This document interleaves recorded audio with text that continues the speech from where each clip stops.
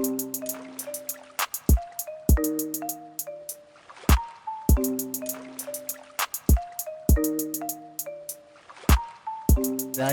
Yes. Are we back? we are back. We're back. The Good Boys reboot, right? Is this a reboot? It's 2.0. It's 2. What was it? 3.0? 2.0? 2.0? This is a reboot. 2020. Good Boys 2020. Yeah, we're not a remake. We're just coming back. Guys, we are finally back. It is the Good Boys podcast. You guys know how we are. I'm Zach. I'm Tyler. And fuck, man, it's been a while. Yeah, But the life, like, as we are gone, I think the world's gonna get better now because we're doing this podcast. Because if you noticed, when we stopped, the world shit with the shit went to shit. And we have this cool room, right? We got this nice room, bed right there, right? If we want to do some things on the bed, we can. You know, we thought about, we couldn't get both mics working, so we said we could huddle on the bed together and hold the mic. We could even throw like blankets over our heads. Yeah. We could have, like, put them under it, put the camera, and just start talking right next to each other. Instead of using like this fancy light that you just got, we'll use a candle. Yeah. Like it's the Dark Ages. Dude, you know what? I think that's what we're going to do next week. Because if the grid actually does go down like that, we'll have to. We might have to. Dude, we could do, like, try on our bed style from Community. Yeah. Like, pillow fort, dude. So, like, I was thinking about as, like, if the apocalypse really happens, I was like, I wonder if podcasts will be like that thing that people, like, all huddle around, like, the radio to listen into podcasts. Like, what's going on around, like, this part of the United States or this part of the world. Like, oh. You know what we could do? Think about this. If the world ever goes to shit, caveman age. Yeah. We will have the morning news in our community. We'll put up a little cardboard box, paint it, and we'll sit right in front of it, and people will stand around and listen to the news. Cool. We'll say, hello, everybody. The world's going to shit. The world's dying again. Dinosaurs are back. Whatever. Aliens, too. And guess what? Godzilla's back, people. Godzilla's coming this year. I mean, dude. The world is literally... I've told you this. I think us coming back, the world will finally go back to normal. Which, how hard will you laugh? And in a couple weeks, they find a vaccine. Dude, I mean... Would you say it's a coincidence? Or would you say God looked down and said, these guys are doing the right thing? Look. We got a lot to talk about right now, but on top of the vaccine, they've already, supposedly, from what I've read, they're now doing human testing right now. Widespread vaccine to everybody else probably won't come until 2021, 2020. And honestly, that's they've already gone through animal trials apparently. They have to go through human trials. We will see. I'll believe it when I see it. I will say this, guys: stay safe. Wear a mask, please. Be polite. Yeah, do your duty. If you're going into a store for 20 minutes, you can wear a mask. Okay, so I'm going to. My opinion. Let's start with that. Let's start with this. And just so you guys know, if you guys are new here, though, and to this channel, to this podcast feed, this is not just straight about movies and video games. We talk about videos, but we talk about everything. A lot of shit. So hit that like and subscribe if you guys enjoy that. If you guys just like movie content, go check out all the other videos and all the other stuff I talk about on this channel because I do it all the time. Oh, well, we're gonna definitely talk about some videos. Oh yeah, we got Cyberpunk to talk about, Last of Us, Star Wars, movies. We got so much. A lot of shit. Even how music festivals right now. And you know what's funny? You know how we have a main topic. Yeah. We don't even have. a main topic. But this is just like I don't know what the title of this video is going to be. I don't know what the title of this video is going to be. I don't know what I'm going to put in the thumbnail besides us two, and I don't know any of that. All I know is that we're back talking, and we're going to talk about a lot. Yeah. So. All right, Zach. Let's backtrack. Let's get this show on the road. Yes. Let's get it back on track. Well, first, where have we been? Where have we been up to? Well, first off, I think we both just been really busy. Yeah. But right now, we have a note in our thing. The plan for the Good Boys going forward. So first off, we're planning on at least doing 2 a month, 100% for sure. I have Thursdays off. Well, Thursdays somewhat off by afternoon. You do too. Yeah. Which is our plan is that every Thursday, going on. Yeah. Podcast we're gonna film. Yep. We're filming this on Thursday.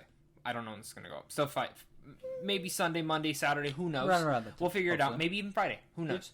But there will be one Good Boys podcast at least once a week, starting when this one goes up, or every other week. We're still deciding. You know, next week something big might happen. Me and Tyler feel. Well, we've also discussed this, and let us know in the comments what you guys want. We've decided also if we were to do one every week, maybe next week we have one guest on. Yep. And then the week after that, it's just me and Tyler. Because we think it's fun to bring some people in. Yeah. And have different opinions and all that stuff. But the thing that we love about this is this is a way for me and Tyler, because this podcast started from you and me sitting in a car. I remember this. We were sitting at In-N-Out. Well, it's not even sitting in a car. We've had, like, for me and a lot of my friends, and I'm pretty sure a lot of people can relate to this too. There's times where you're with, like, a good friend of yours, and I don't know, for me and my friends, because back in being teenagers and just like fresh out of high school going to college, it's always around like nighttime, you're out with your friends. And you're having those good conversations. Yeah, and you end up fucking, standing outside, chilling, hanging out with one of your friends for like, Which, how many times has that happened to us? Where we're sitting there talking for hours, and we said, why don't we do a fucking why don't we do a podcast? Remember back in high school, we actually talked about doing a podcast called The Four Musketeers. I still have that thumbnail of the pig, Krakatoa, and a couple others. But that was fun, and that spun into the Good Boys pretty much. Which we were just late to the fucking train. What was that? 2015? Before, like, right as it was kind of starting to become a big thing. Which Joe Rogan was really the person. I would still go as far as say though, this is still. It's growing bigger, and it's becoming a bigger thing, but I think podcast or podcasting. Oh, yeah. But I think we're in the prime part where, like, not everyone's still on the train of it. Some people are, but not everyone, and I think that's why this is a perfect opportunity for us to still jump into this, especially right now where so many people are stuck at home, needing content, and we're providing that content for them. Yeah. And another thing, too, is, like, there's so many different kinds of podcasts out there, and I love it. I love the different creativity. And that's what we love about this. Yeah. We want people to feel like they're sitting at this table talking with us, having a conversation about anything. That's why we kind of started this, because it's not just about movies. It's not just about video games. It's literally about just like life, anything. And just everything's going on. One of the last podcasts that I never even edited was the Alien one, where we talked about what fucking aliens for 30 minutes. Oh, yeah. And then I remember the one that we actually put up was the Joker. We talked about the Joker. And, that was fun. We had, like, a 30-minute discussion on the Joker. So that's what's cool. But that's the plan so far going forward. And I think we're going to stick to it. I mean, we have the time now. Yeah, everybody's sitting at home. Thursday, everything's, like, going to online, like, for school and shit. So we'll figure it out, but one time a week. That's our New Year's resolution starting in July. But what's been new with you, man? How's work? How's life? Work has been fun, and had few different kinds of jobs because of, obviously, everybody knows the virus going around. Yeah.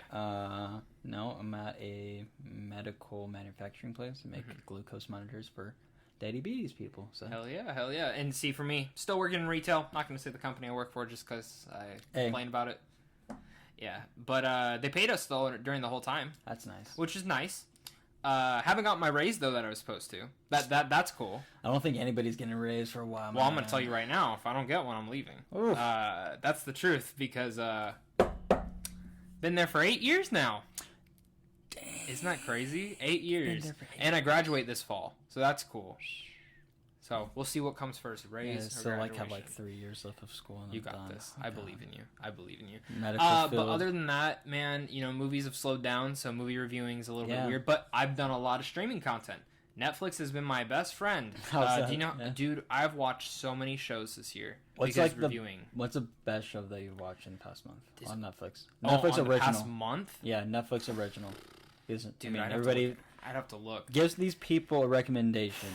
Okay, so I just finished one, but I would recommend it depending on your view. So there's this. It just came out today, actually, as we're filming this. And I put up a review. I have quite a couple though. Dude, it's so tough. Let me pull up my list. What have you been watching real fast? Because I've done a lot of videos. Let me go see. I honestly don't. Not really. No. Nothing. Nothing really. The last movie I watched was, I believe, Blade Runner. The newest or the oldest? The old one. Oh, okay. I love the new one. The old one's okay. I have the new one. I just haven't watched it. You need to watch it. Okay, so, so I've watched... So I definitely still watch a lot of movies. Like, a lot. When it comes to shows, though, I watch shows like Defending Jacob on Apple TV with Chris Evans. Which, how is it? Number one. That's my favorite show I watched during the whole quarantine. So I got... And it's an Apple TV. It's an app. I will say this right now. Okay, so Apple TV is the most underrated streaming service. I needed to hear this because I have it. I told you, and I've made the morning show looks good, but I've never, Yeah, I've never fucking watched it. So I've watched more. So there. I've watched. Because because the like the Jason Momoa like that term like. So let me say, have you watched anything? You haven't watched anything. Nothing. Okay, so I'll tell you this. So I got what was it? So I really wanted to see Defending Jacob, really really bad. So my friend got an early screener for it. I said, "Hey, you want to help me out?" So she gave me the email. I hit him up. They gave me a full account, so I can watch fucking anything. I will give them. I think Apple's actually handling it in one of the best ways for screenings because they give you everything. So, say for instance, the next the next season of The Servant comes out. Yeah, I watched the whole first season, but now I can go watch it. Say I didn't see the first season, the second season's come out, and I get the screeners. Well, now I can go watch the first season too. I don't have to pay or anything, which is really cool. Netflix, Amazon, they don't do those for screeners. Gotcha. So, Defending Jacob is absolutely phenomenal.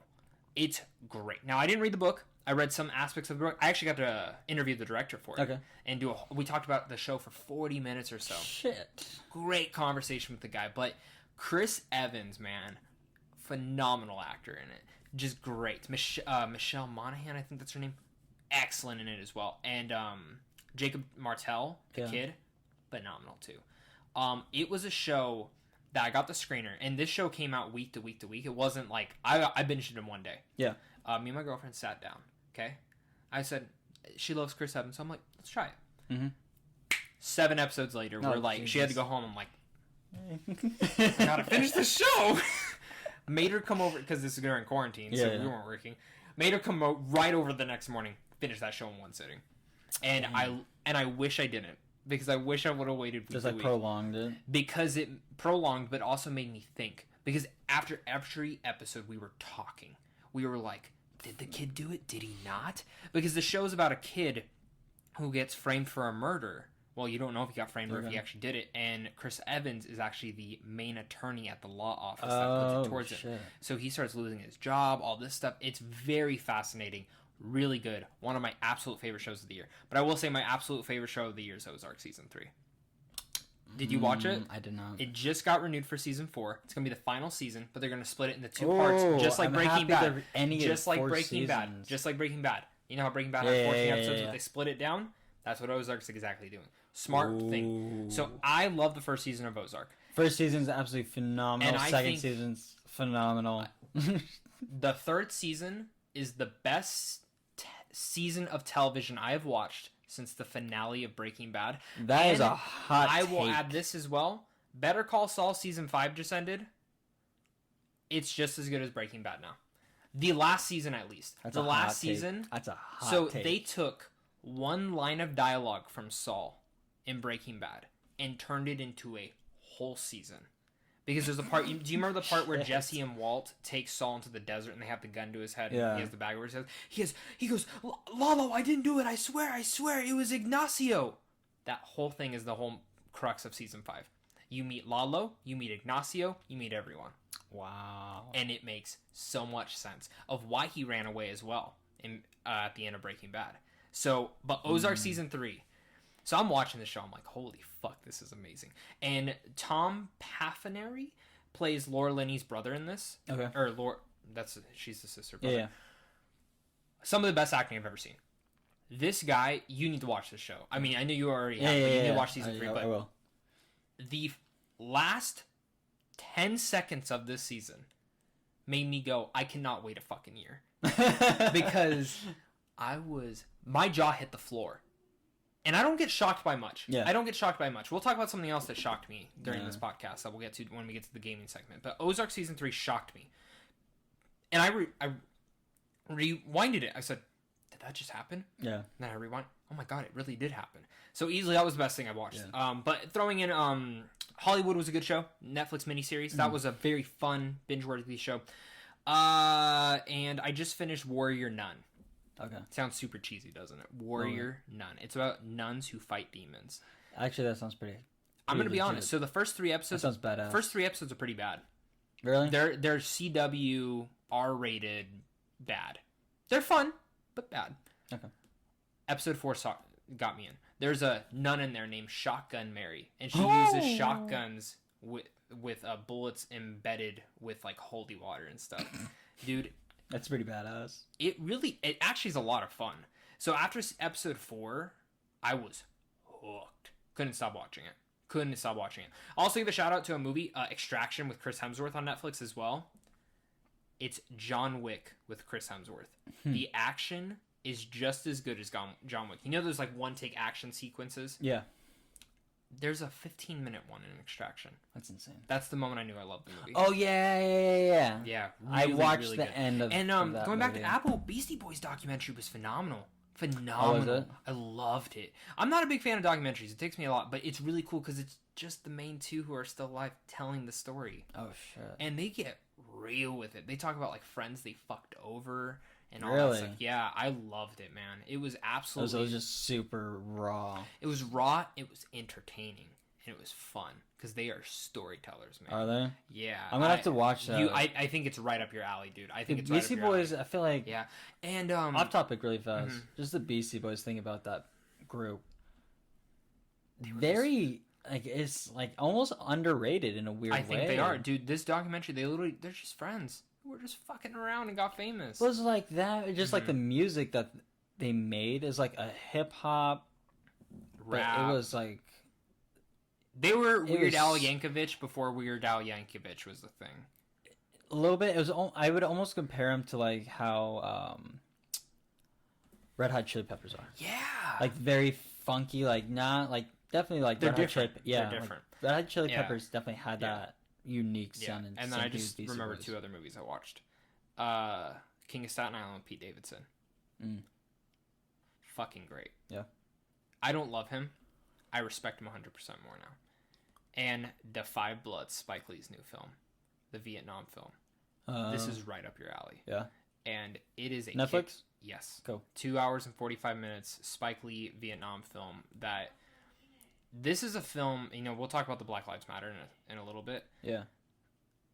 There's shit that needs to change in this country. There's always going to be shit that needs to change. This film struck every single thing that needed to be changed. Everything. I thought it was fucking great. Hey, ladies and gentlemen, watch it. Definitely watch it. Don't watch Artemis Fowl. That movie was a piece of shit. Fucking terrible. One of the worst Disney properties ever. Holy fuck. But, are you excited for Hamlet really quick? Which one? Hamilton? Yeah, Hamilton. It comes out tomorrow. I've never listened to any music, but I'm excited. Yeah. I'm excited for it. So it's gonna be definitely different, but I'm pumped. I'll probably watch it in the morning or so. This is more of a me question, and I feel like some people might have the same question, wondering about it too. I want to know your thoughts on HBO Max. Oh, I have it. How is it? And I have my own predictions, and I want to know if your predictions. I have, as a streaming service, it's a 10 out of 10. But I think there's a lot of issues with it. What are the issues? So one, it's not accessible. You can barely, like Roku and Fire Stick, the fact that it's not on there, big con for me. Second, their content is great on there. They have a lot of good content. They have all the Studio Ghibli films. That's a huge thing. They have Crunchyroll, Cartoon Network, and they're going to keep DC. adding. Yeah, that's all Okay, all right. DC, I have a problem with some stuff on the DC stuff, which we'll get to. So you and me have talked about streaming wars and all this stuff. Yeah, I think I was so excited for HBO Max, but I'm gonna be honest. The way they rolled out, they dropped the fucking ball. There's a lot of good classic movies on there, which that's the biggest thing. Is the classic movies, the anime, and a lot of the older shows like Fresh Prince of Bel-Air, Friends. And they have a lot of good movies because it's HBO. Yeah. But I also just think HBO is the best streaming thing out there. Not Max, but just in general. I think they have the best shows. Watchmen, I fucking loved Watchmen. That was a phenomenal show. That there's this other new show produced by Jordan Peele and J.J. Abrams coming out next month. Looks phenomenal. And yeah, fucking Game of Thrones. Yeah, Game of Thrones, Entourage, The Sopranos, freaking. The list goes on, and so like that's how the leftover. Like, that's why I wanted to ask you, because I was like looking, I'm like, damn, like they have so like the amount of properties they have, right? And it's Warner Brothers. People don't understand. HBO Max is Warner Brothers. Yeah. The only reason they use HBO Max is because it's a catchy name. Everyone knows what HBO is. Exactly, and all of like example Entourage, The Sopranos, Game of Thrones, Westworld. Probably their biggest name, Game of Thrones, is underneath the name of HBO. It's not underneath the name of Warner Brothers, even though Warner Brothers owns it. Yeah, it's catchier. So let's talk about DC for a second. Yeah. I have an issue with their DC shit. So, first off, DC. They took off half their DC movies after the first month being on there. Why? A lot of people don't understand. A lot of it's contract stuff. Of how long you can be on there. Yes, it's Warner Brothers and all that stuff. But there's still stuff because those movies also have to go to other streaming platforms. So that's the issue. A lot of people get mad when Netflix can't show anything anymore. Well, that's the reason why. Yeah.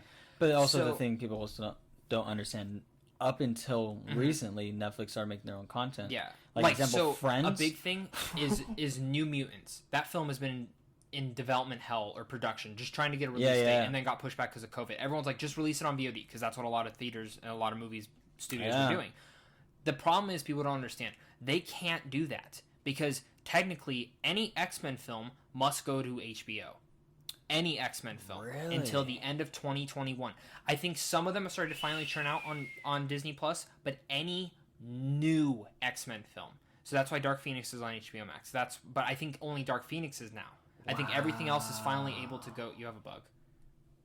No, it's dust. Oh, dust. Cool. It's from the fan, guys. It's from the fan. But yeah, isn't that crazy? So, but going That's back, very good. That's so insightful. They did put everything back on, but for how long? My other thing is they have this other DC streaming app. Yeah, so so it's $7 a month for DC streaming app. But here's the thing: Doom Patrol, their most critically successful show, is now on HBO Max, and apparently they're splitting the cost. It's on DC streaming service as well. Okay. So it's weird that they're splitting the cost. It's like, why wouldn't you just funnel it in? Yeah, that's why I've been saying this. I think by the end of this year, that app will become non-existent, and it'll just all go in. That's why I think because it makes sense to, not that, I guarantee more people probably have HBO Max than the DC streaming service, but I could be wrong on that since it's not on Roku and Fire Stick right now. They're still trying to work out a deal, which is insane that you launch without those two. Like, I have a Samsung TV. That Samsung TV does not have a lot of apps on it. The fact that it has a Roku, or the fact that it has HBO Max on it is fucking insane to me. Like, I'm one of the only people in the world that can have HBO Max. My fucking TV never has apps that I want. It doesn't even have fucking Apple TV on there. What the fuck? What does, though, right now? A lot. Really? Roku, Fire Stick. Oh, really? Roku has it? That's why I have my Apple stuff. It's just insane to me. So, but yeah, so HBO Max. I'm really interested with this Doom Patrol stuff and everything because I love Doom Patrol. I'm interested to see Doom what Patrol, they do. guys, is Guardians of the Galaxy mixed with Deadpool. Yeah. Like, but now a thing just came out, that Harley Quinn animated show, which dude, holy fuck, that show's funny. That show's, I didn't know it was rated R. It's bad. It's really bad. It's really good though. Oh, it's really good. It's naughty, but it's good. That's going to HBO Max.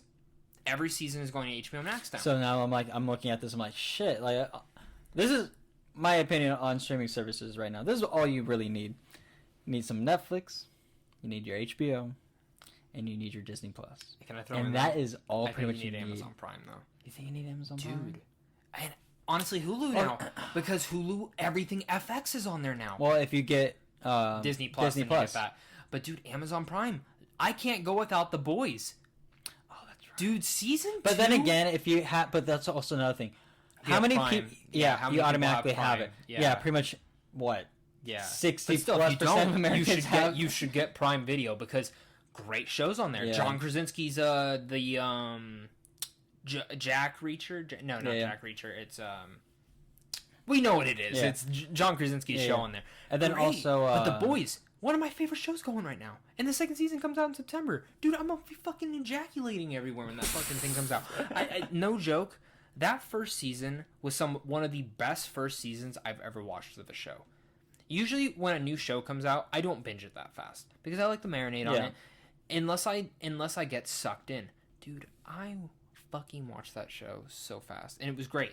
And they've already been renewed for a season 3. And guess what else is coming? Seth Rogen's working on a Teenage Mutant Ninja Turtle CG show. That's fucking great. Seth Rogen's also, because he produces The Boys and writes some of it, he's also coming out with this new show called The Invincible, it's a comic book based off Robert Kirkman, the guy who did Walking Dead. Invincible is about a boy who has the power of Superman, but he does not know that until he punches through the bully and pulls his heart out. Dang. I'm so excited for this show. That sounds awesome. I love it, dude. I like Prime because they go different. So I always give them credit where credit is due. But streaming services, man, I mean, it's getting tougher. Yeah, we've been like, I want to say that was probably like the first topic I wanted to talk about was streaming services wars. And Disney Plus. I mean, right now they're a little bit slow, but Clone Wars was hands down some of the last 4 episodes. So good. Were hands down so like, good. If I ranked all the Star Wars movies, Holy those last 4 shit. episodes are a movie. Dude, I'm a Star Wars fan. I cried. Holy shit! I cried when the actually used the score and then Watch it. And then the logo comes up, Lucasfilm. I started freaking out. I said, "Oh my god, they're doing it! Fantastic!" And now, I don't know. Can I tell you some stuff? Yeah, absolutely. Do you know what's going on with the Mandalorian season 2? No, I've been wanting to stay away from so much stuff. Like the things that I am. Do you want to know? Yeah. Okay. Someone has been casted as Ahsoka in the Mandalorian season 2. Someone has been casted as Sabine. Someone has been casted as Boba Fett. Someone has been casted as Captain Rex. Someone has been, and then now there's rumors that they're looking at Thrawn. There's rumors that they're looking at an older Ezra. They're bringing back the whole Rebels crew. Wow. So it's confirmed. Well, not confirmed, but it's heavily rumored. Like, if it doesn't happen, it's a shocker. That Ahsoka, Captain Rex. I don't think it's Boba Fett. You don't think so? I think it's Captain Rex. But so the reason I say that is because it's the same actor. It would be the same actor playing Boba Fett because it's a clone. But when that episode where you see the guy, I don't think that's infamous. Him. I don't think that's him. But it has that. So can I say why I think it is? So I think so. I'll tell you some Star Wars news. I'm going to break your mind right now. So Rosario Dawson has been casted as Ahsoka. That's great casting, number one. I love Rosario Dawson. She's going to kill the role.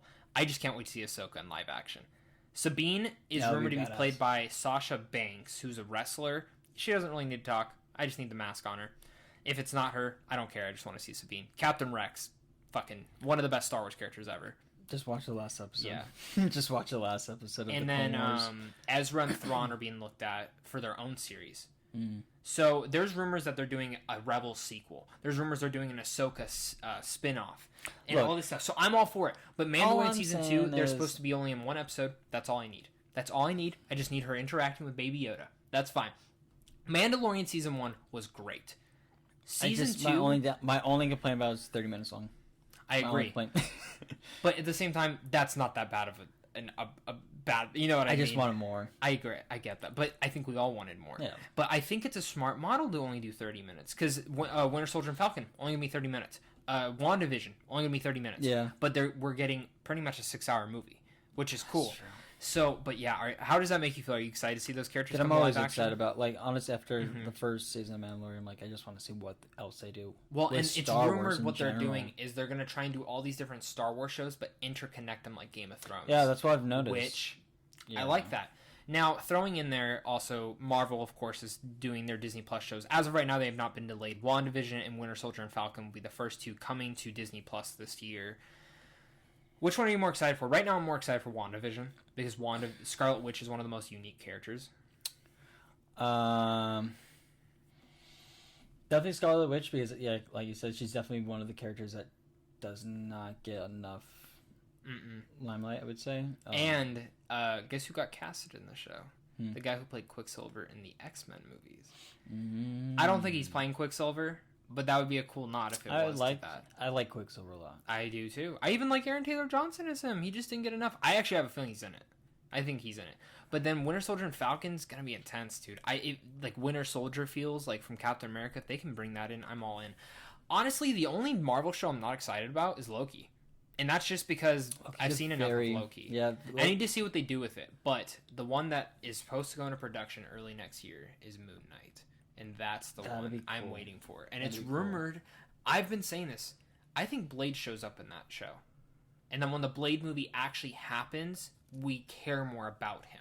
I just think it's kind of crazy how you're going to go from a rated R, 3 rated R Blade movies to probably PG-13. It's going to be PG-13, but I'm okay with that. Because you can get a lot. You can get away with a lot in PG-13 movies.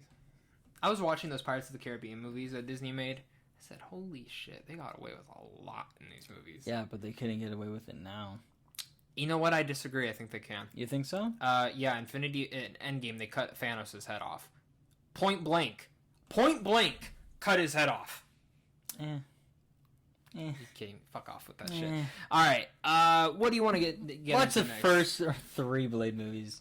They're different. Those are great. Except the third one's I don't think the third one is. They're all fun. I think the third one's funny, though. When his eyes are closed, have you ever recognized they have the CGI his eyelids? Yeah. Because he refused to open his eyes. Fucking asshole. All right, guys. The world's been to shit. We've had COVID. We've had protests. We've had riots. We've had everything. We don't want to drag down the topic too much of that, but we do need to address it. Tyler, where do you want to start with this?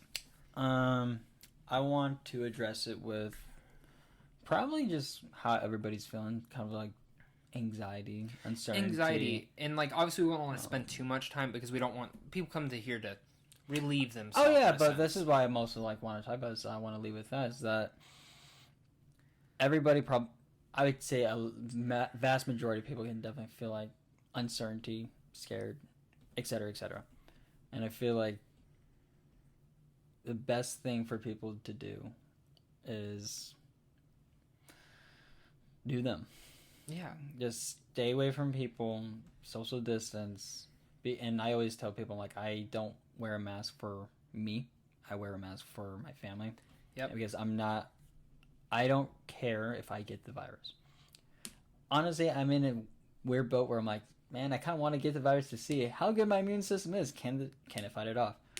But I don't want to spread it to my family. I don't want to spread it to the people that I know and I care about.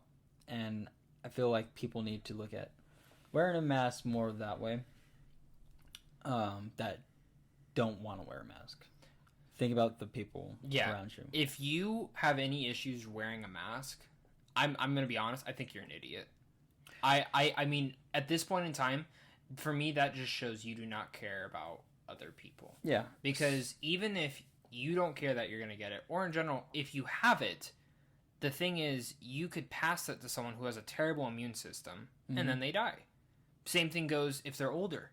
You know, it's a terrible virus. It's a terrible time. And, you know, I want to put out there, research. Guys, do your research. Don't just go off the media. Me and Tyler have talked about this, and this goes for anything. We're going to talk about the media a little bit here in a second. You know, we can just get into it. I mean, the media is fucking terrible.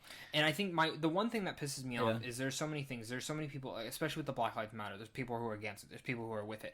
And for me, you know, do your research on it. Definitely do your research on everything. Yes, there are many indecent police brutality stuff happening every single day. Agreed. The thing that people need to understand with this matter is do your research, guys. Do your research, but also know the media controls you. At least that's how I view it, because I'm not here to say that I fucking know everything in the world. I'm not here to say that I've done all the best research. But I'll say this. Like, I had this customer come in, she goes, I can't believe all these protesters and looting and stuff. And I'm like, you also got to understand, some of this looting are just people who don't even give a shit for the matter. They're just doing it to do it. Yeah. And if you notice, the media looks at those because it's more entertaining.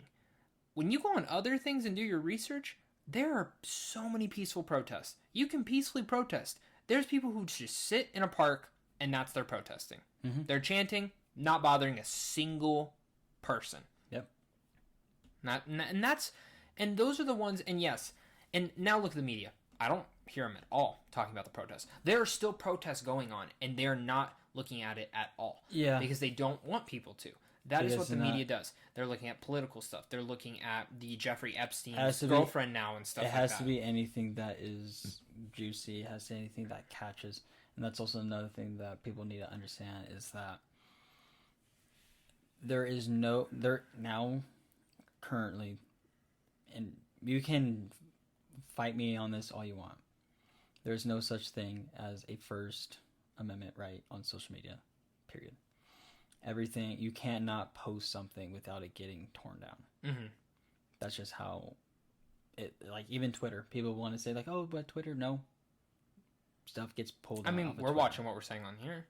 I mean, that's the truth, because we don't want it to come out in a way and then one person twists it. Yep. And that's all it takes. One person to twist it.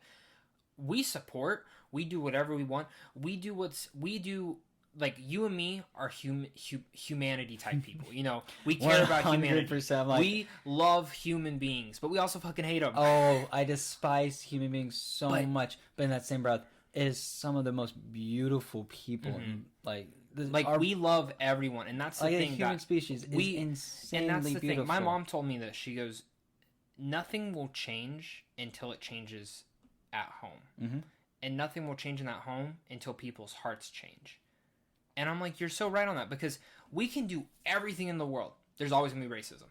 We can do everything in the world. There's always going to be a virus. We can do everything in the world. There's always going to be someone bad. Doesn't matter what we do. Agreed. You know, we've talked about it with guns. Get rid of guns. Bad people can still find guns. Still going to get guns. There's knives. You going to ban knives for works? I mean, and again, if you feel like people shouldn't have a gun, that's fine. That's fine. I think it should be really hard to buy a gun.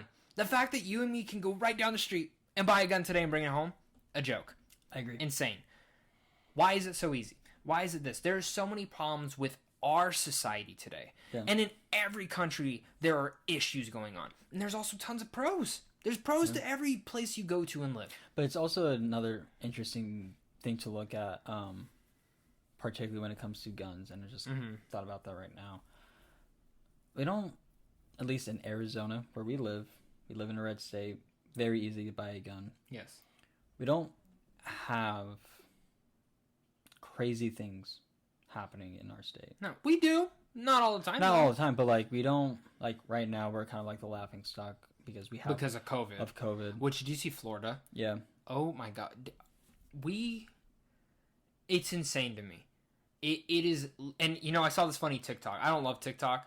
Like, my girlfriend will show me funny ones, and I'm all for that. Mm-hmm. I don't know how to use the fucking app. I wish I did, because I could probably make videos. Don't. Just hop off of all media. I'm about to delete my Instagram. But, no. Yes. I like your Instagram. I'm tired Bud's pictures on there. Don't get rid of it. I'm going to go screenshot that thing today. Dude, that picture will forever be... You should delete every picture but Bud. And make it just a Bud fan profile. But just for that one picture. Just for that one dog. Yeah. I love that dog. Bud was fucking Rest incredible. in peace. And it is...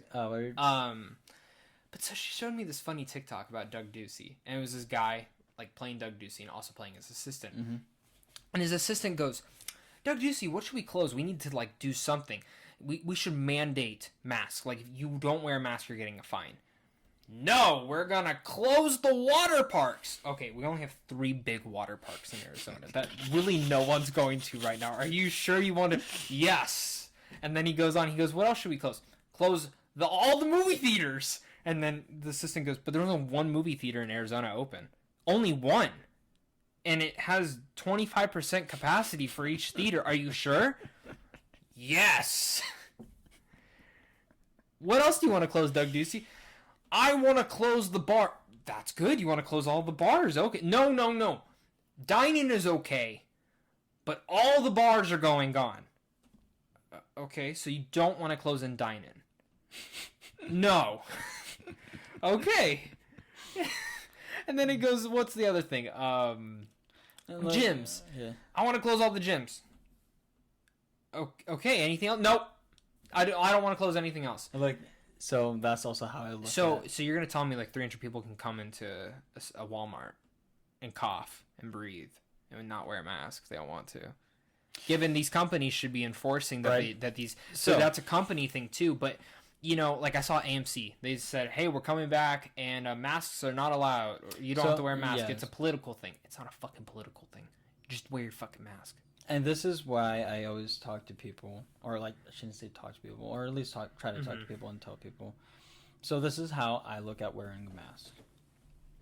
If I'm going somewhere, I always have a mask with me, period. Same. That's always in my pocket. That is probably now a given. Everybody should have a mask. It'll be like this for years. Yeah. Until we get a vaccine. Everybody just keep a mask with you at all times, because if you don't have a mask, some places will not give you service, period. Yep. Zero service, big one. Yeah. Nope. And they even Chipotle give you masks. Too. Chipotle, yep. They won't. So this is what I say about wearing a mask. If I'm going somewhere and I know it's not going to be a lot of people and it's not going to be required, I'll have my mask in my pocket, but I won't wear it. But I'll keep my social distance. Mm-hmm. That is where I feel like I'm being respectful. I just find it funny. But the people who don't wear it... Hang on. However, so let's say I'm going to Walmart, right? There's not a lot of people. I do social distance 6 feet, always. Mm-hmm. So I'm going to Walmart and it's on a busy day. I now wear my mask. Mm-hmm. And then on top of that, try to get as 6 feet away. Yeah. I don't let people... And that's how I feel like the people that don't want to wear a mask. If you don't want to wear a mask... Then social distance. Do that. But literally... And do but if you're going... If you're going to sneeze in your fucking arm. Sneeze in your shirt. It's... See, Dude, the amount of people I've seen in public not wearing a mask, sneeze in their hands, touch everything. Cough in their hands, touch everything. And another crazy thing, too, is that if you're... Okay. Keep talking. I'm going to grab my water. I see, adults, parents not wearing masks. That is one thing. But to have your kids, and I understand it's like, they're my kids. You do with what you want with the kids. But it's still crazy to me, Me too. To see that parents will take their kids out to restaurants. Yep. And they don't have a mask. Yep. If I had a kid, if that's just parent. If I had a kid, that kid's wearing a mask. That's how I feel too. Even if I was a person that didn't. Newborns in public. I know. Why the fuck is your newborn in public? Right. There's a pandemic, and then I always have. Again, I work in retail, so I'm trying not to say where I work at. I have people complaining that the dressing room is closed. Bitch, it's a pandemic. What do you want me to do? Burn the clothes when you don't like them? You should be happy we're at least doing returns. Dude, I had a lady, because we have to wipe down each register afterwards. Yeah. Fine. Wipe the register down. Lady walks up. No mask on, of course. Coughs. I just stared at her. Oh. And then she goes... I think it's really dumb that you can wipe every register down but can't have the dressing room open. Can't you just wipe down every...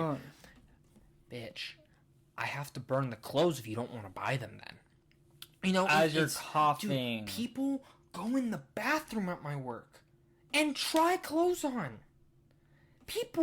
A dude took his shirt off on the floor to try a shirt. Do you not know your size? Do you not know your size? Or Tyler, just pay for it, take it home, and come back the same day and don't be lazy. You know what the best thing is? They have time to bring it back. It's not like we gave them a week. They have 4 weeks to bring back anything. Even underwear. And then we just mark it out. You know what I mean? You could shit in them. Put it in a bag. Hand it to me. I'll mark it out. And then I'll smell it. God. And then people are gross. Someone clogged the toilet and didn't say anything. We found poop on the floor, man. And someone wrote, "Fuck COVID" on the wall. Are you serious? Yes, in poop. Are you serious? I'm not lying. I'm not lying or exaggerating. My manager literally took a picture. He walked in closed and he was closing and he walked in. There was poop on the floor. And then on the wall it said, "Fuck COVID," written in shit. I said, someone hates you. See, this is when we say we hate people. This is what we mean. Like you were a despicable human being. Whoever did that, and I hope you're listening. What gives you the right, for you to put your own hands in your own feces and then to write it on the wall? You are a 2-year-old. 2, not even 2, maybe 1. Why? Why? It's terrible. Why? For no reason. No reason whatsoever. No. It's just, guys. Why? You want respect? Give other people respect. It's humans. Humanity is literally the most beautiful part of life, and it's also the most disgusting part of life. Agreed. Living in this world, I have learned to appreciate the little things. I've learned to love the little things, the little moments. Mm-hmm. And the best thing about all that is you also see the worst in human beings. Oh, yeah. And it's just funny but that's what I'm going to say is, there's a movie, Arrival. Have you ever seen Arrival? Mm-hmm. One of my favorite films of all time. That film has a gut punch. It does. At the very end. And I haven't felt a gut punch like that in a while for a movie where I was like, Holy shit. That film shows the beauty in humanity while also showing the worst in humanity. It is in... Some people might think it's a little bit too prestigious. Yeah. Whatever that word would be. Mm-hmm. But I love it. It's a great movie. It's a great movie, but it's just people. I would even... So, like, that gut punch you're talking about, it's also... similar way of how Prometheus is. Yes. And, like, how that is. Like, and I've even kind of said, I'm like... Yeah. As much as I love humanity, I like the message that Prometheus kind of has. I do, too. And this is my thing. People want change. Change starts with you. No one else. You. And unfortunately, yeah. And if you want it, you gotta give it. That's just the truth. Agreed. And so we've covered like probably 2 topics right here. We're gonna pull up one really fast, the Black Lives Matter piece. Okay. Because it kind of goes in hand in hand with go get your own kind of thing, right? Mm-hmm. The whole Black Lives Matter, and so I'm going to come out full swing. The United States of America is the best country to live in the whole world. That's a big thing. I love this country. I really do. I feel like we are easily the most fortunate place in the world right now. Anybody that wants to say that we're not. This doesn't mean, and Tyler has shit. Tyler doesn't love. I mean, you love America, but there's a lot of shit in it too. Oh yeah. Like every country has their shit, right? I mean, guys, this might be the first episode you might be ever tuning into, but understand, Tyler loves this country, but he also knows there's shit wrong with it. Yeah, there's shit wrong everywhere. For anybody that doesn't know me, just before you draw any judgments, hear me out. Do we have a problem? Do we have problems? Yes. Yes. Plenty of problems. Do we have a systemic problem when it comes to race? Yes. But also the whole world does. Yep. It's not just affecting the United States. It's not affecting... It's affecting the whole world. It's felt across everywhere, right? However, the thing about the United States versus everywhere else, and the reason why we have so many people coming here, is because the ability and way that the world is. It's a dog-eat-dog world. Yep. No one's going to help you. Nope. You have to go get your own. Yep. The United States is the only place that really lets you live that. Mm-hmm. There's other places that won't even let you get a first step in that direction of getting your own, right? Here, you can get what, like, and yes, if you want there's something. Racism everywhere you go. Everywhere. We're not saying it's the easiest thing. You can't just walk down the street and become a CEO. You can't. You can't. But there's nothing in, like, everybody also gets, when you're born, everybody gets dealt a hand of cards. It sucks being dealt a shitty hand of cards. There are people that get shitty hands of cards and, example, live in a ghetto, and they're never able to get out of that. Yep. That is where the problem is. It's the places that don't give anybody a chance to take that first step. And a lot of that goes to organization of the governments in those areas. Agreed. Who you vote in, who you don't vote in, people who don't take stuff seriously. And, you know, there are, again, tons of issues. I mean, if people really... If people... Here's the thing. Like, people want to look at politics, and we're not going to dive into it that hard.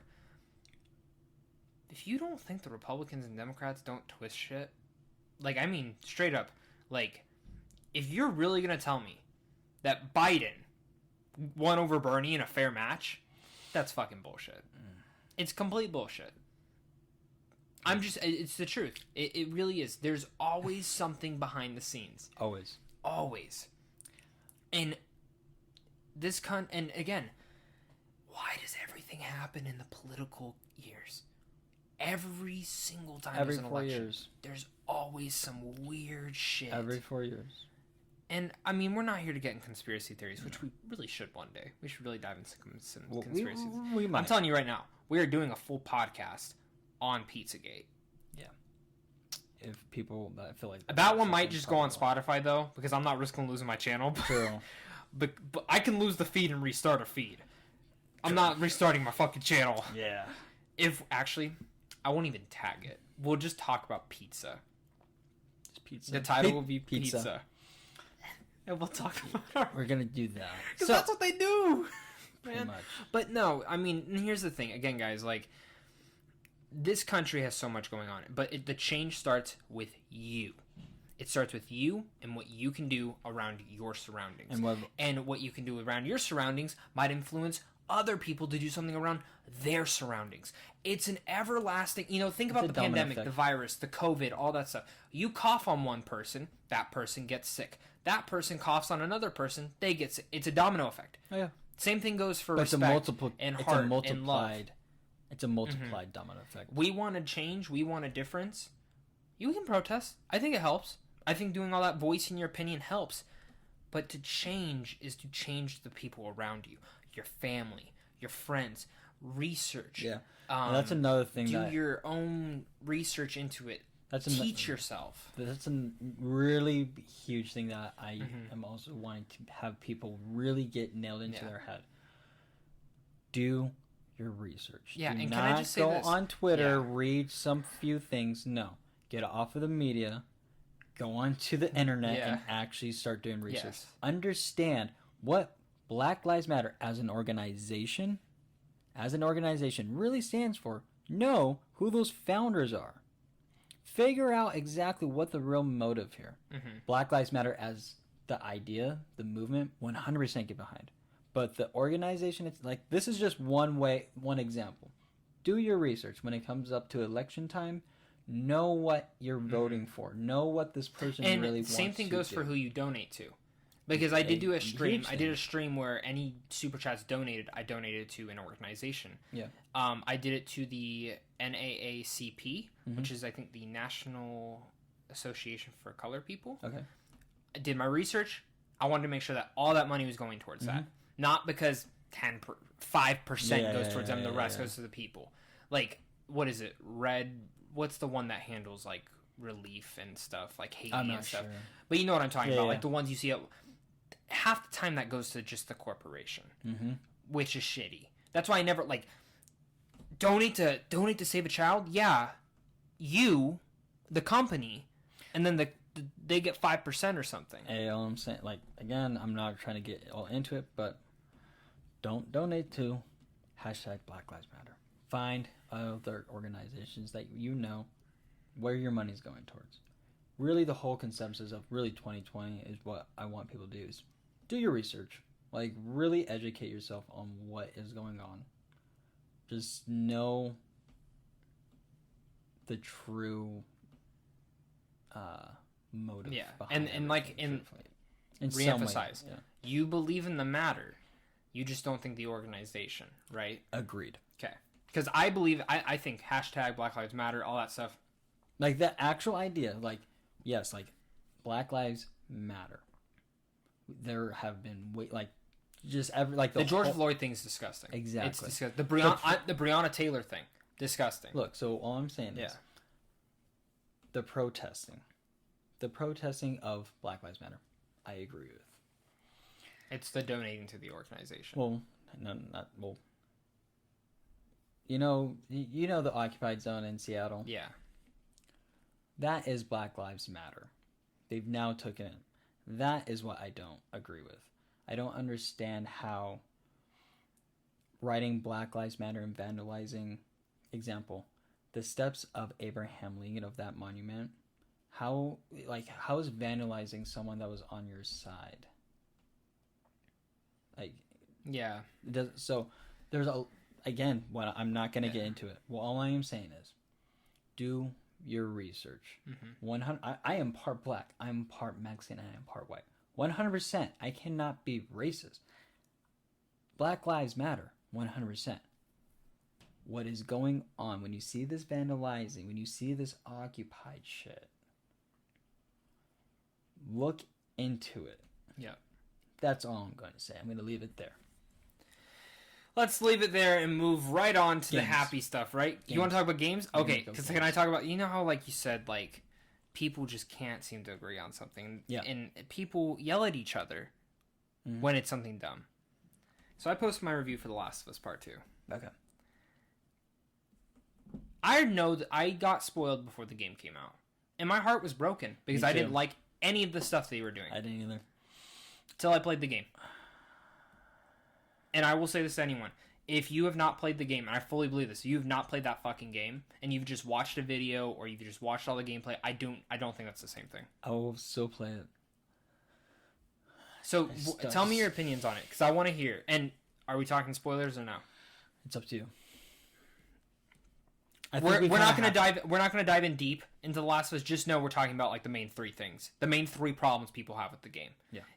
At this point in time, you've probably been spoiled. If you haven't, skip ahead. I've been living on a rock a little bit. At this point, skip ahead. I don't know, 10 minutes, maybe a little bit less than that.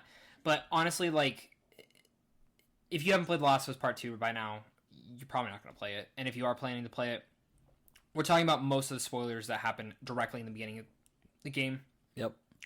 And it's the biggest spoiler in the whole game. I mean, I'm sure that's the one we're talking about. Yep. And most likely the ending. But still, you know what? Fuck it. We're spoiling The Last of Us Part 2. If you got an issue with it, I'm sorry. Just skip ahead 20 minutes. Yeah. Okay, so this is how I feel about it. Do you want me to tell you how I feel about it first? Yeah, go ahead. Okay. Go ahead.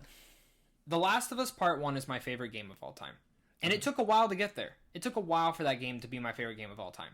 It took a very long time. Well, it has to live up for years and years and years. Yes. And it became that way because when I first beat it, I said, holy shit, that was a game. That was a really good game. Dude, great story. I felt like the worst, like, it was so, like, ending and how it ended of Last of Us 1, it gave, like, again, it was one of my, it to this day, it still is my favorite game.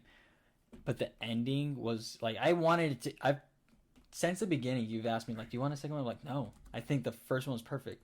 That ending gave me such a weird feeling. It was like, oh, it was like a gut punch. But I was okay with it. Like, it was just like, you know, like, I feel like this is like such a good way to end it. Because it didn't feel like this game was ever supposed to end and be a happy ending. And it wasn't. And this like, because since, like, the first minute of, like, how the game starts. And in the first game is just, you know, I love Naughty Dog. They did Crash Bandicoot. Great.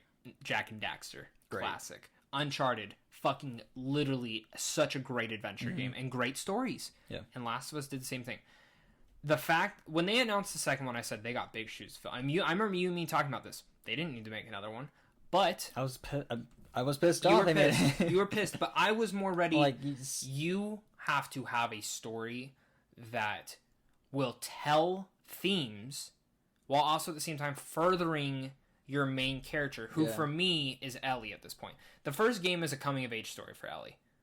I would agree. You really, and Neil Druckmann, the director, has talked about this.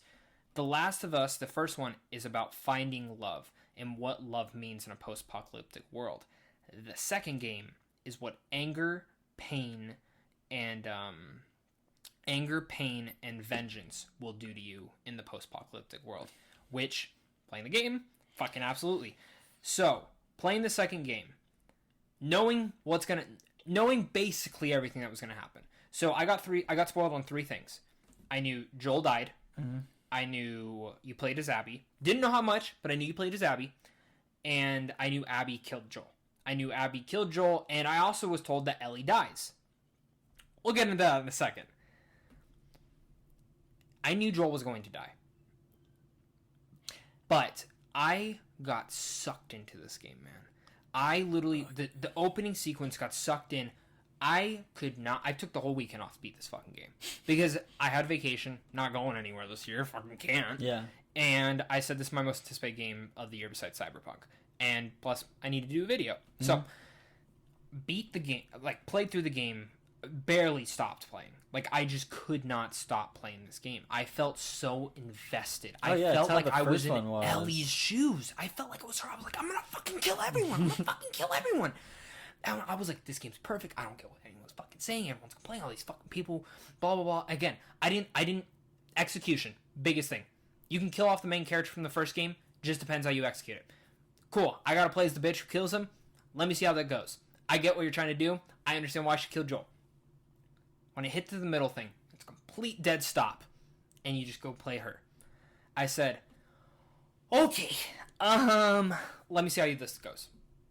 It's definitely shorter than Ellie's Point. It's only, I average it out. It's only like 4 or 6 hours. In those 4 to 6 hours, The Last of Us did some of the most risky storytelling that I think any game has ever done. No, there's not another game that I can even think of that you play as the villain as well. And this game showed me one thing and put a whole perspective in my mind, which I've always thought this way, but I think it put a more perspective towards everyone. There are no heroes and villains in this story. Joel is a terrible person, but you're on his side because you care about Ellie. Well, it's that, but you also fucking played as him. And you played as him. You like, and that's my thing that I love. I mean, I have literally countless videos, so I'm not going to dive into every single detail. Yeah. I mean, we might, depending on how the discussion goes, but I think I've done 6 videos on The Last of Us, each one detailing why I love the game. My latest one I just put up was a debate with someone who did not like the game, who was very underwhelmed. He was at a 10 out of 10 until the final 5 minutes. Really? He went down to a 6 out of 10 after the last 5 minutes, which I love you, Rudy. If you're ever listening to this, Rudy, I love you to death. I think you're freaking out a little bit too much because he has literally different issues than anyone else. What? So, what did he like about the first?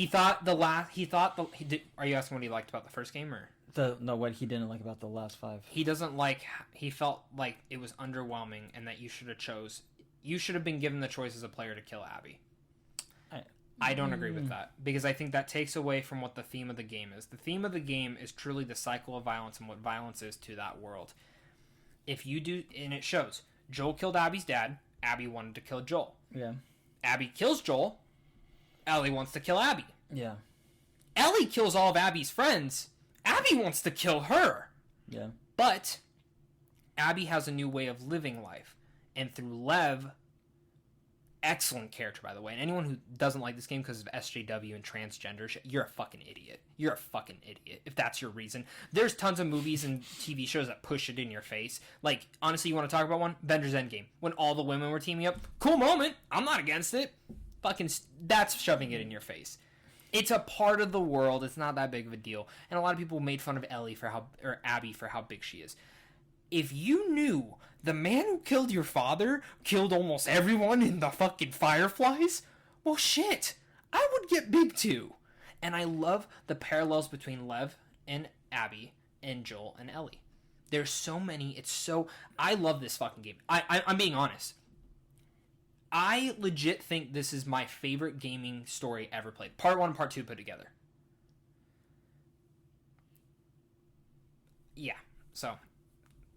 and Tyler has not played this game. You just know what happens. Yeah, and that's why I say, even if you know what happens, you should still play the game because there's a difference from gameplay and knowing what's going on. Again, I knew everything was going to happen. That was pretty much going to happen, except the very, very ending, which surprised me. Well, you talking about it definitely opened my eyes up to what really like how like. Mm-hmm. The story was supposed to work. Mm-hmm. Made me feel like I was gonna kill someone, man. This is what I don't agree with. I don't agree with like how they took out Joel. Really? Mm-mm. Why? Because Joel's smarter than that. Okay, so I want to argue this because I've seen that debate a lot, especially in my comment section. So Joel is a smart guy. He's a very smart guy. But when a horde of zombies is chasing you, where else do you fucking go? Plus, if you notice, Tommy's the one, in those cutscenes, Tommy's the one that gives away their names. Both times it's Tommy. Yeah. I also say this, though, and I think I will actually contend this, and this isn't a fault towards the second one, there's always different ways I would change the story. I love Avengers Endgame, but there's ways I would change the story. I love Far From Home, I would change the story. Batman v Superman, I fucking love it, but there's ways I would change the story. I really do think this feels like a third game. I feel like there should have been a second game. And I feel like the ending of the second game would have been Ellie finding out what Joel did. And then you go into this one. And you do the exact same stuff, but you get rid of the flashbacks. I think there's a full game that was missing that I would have liked. And I think then making the part 3 the catalyst of Joel dying right in the beginning. Because a lot of people... The 3 things I've heard the most issues of. Ellie not killing Abby. Joel dying right in the beginning. And misleading marketing. if your issue is misleading marketing, that's bullshit. Because Avengers Endgame, Star Wars, everyone fucking misleads you. I would rather be surprised and shocked than spoiled. I'm going to be honest, I wish I wasn't spoiled. Even though I think you and me even talked about it, we both knew Joel was going to die in this game. From the very first trailer. I had a feeling he was going to die. We definitely had a feeling, but again, it's not so much of him dying is my problem, it's the way he did die. See, but that's my thing. I feel like Tommy led in that, and I feel like they made it feel right for me. Because horde of zombies chasing them. No other option. No way you'll make it back to town. Where do you go? Well, this girl seems fine.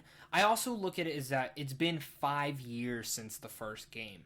They are living in a community that is thriving with people coming in. And Tommy makes small dialogue of saying, hey, come back into town, fuel up, do what you think. They have trade. They have all this stuff. They don't know what these people are. They could just be people passing by. For all Tommy knows, they've been to the town. You know what I mean? That's my thing. It's not like...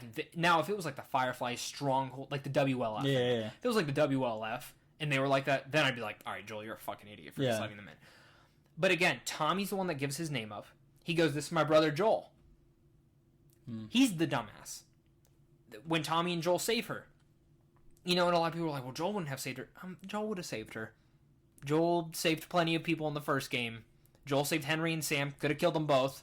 Any point in time, he could have killed them both. But I think it's just a character progression. He has changed. And I think we see that in the flashback. Did you watch all the flashbacks? Yeah. All those flashbacks. Every single one showed Joel was a changed man. Yeah. And that's the way I view it, is that he changed. Whether it is him, but the way I look at it, it's Tommy's fault. Tommy's the one that gave up their name. And even them going back, they had no other option. You either die by the zombies or you go with these people that you don't know. Did he die in a cheap way? Yeah, but that's life, though. That was the part. It's like, you got to take Joel out that way. But how else would you want him? People wanted him to die in a heroic way, but the thing I look at it, that's fucking life. That's this life. Sure. I mean, you know what I mean? Like, for life's not ever gonna be easy on you. I agree with that. It's not, and that's why I love it, because I love the message that life is too short. You, for a majority of the game, think Ellie is fueled by greed, or not greed, but vengeance, because she never got to say goodbye to Joel and that they were on bad terms. No, she was fueled by the fact, she was more pissed at herself, if anything, because she took too long to forgive him. That's why I love the game.